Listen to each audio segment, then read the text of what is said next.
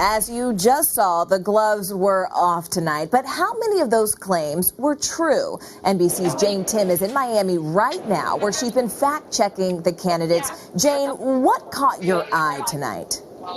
Hey, Morgan. Tonight was definitely a much dicier night than last night. A lot of different facts flying, some of them right, some of them not right.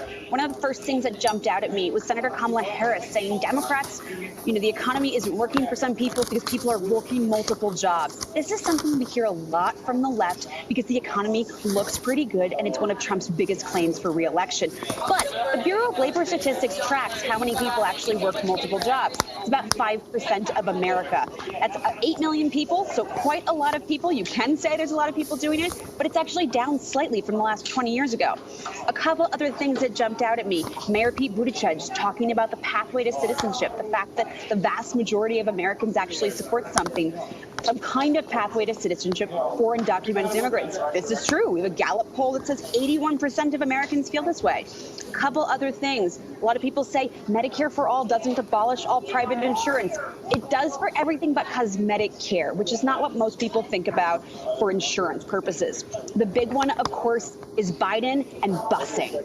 So Kamala Harris went straight after Biden for his opposition of busing years ago and how his policies and how he worked with segregationists.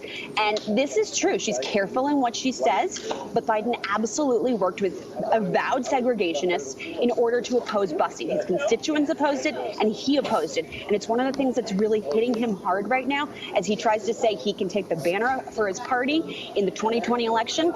But people in his party say that maybe he is not where the mainstream of the party is now. Which is interesting, Jane, because that's the moment that for every one of our panelists here, that really caught their eye. This question on busing and the fact that Senator Harris did hold his feet to the fire. So we definitely appreciate you clearing that up for us. Timm, thanks for being with us live from Miami.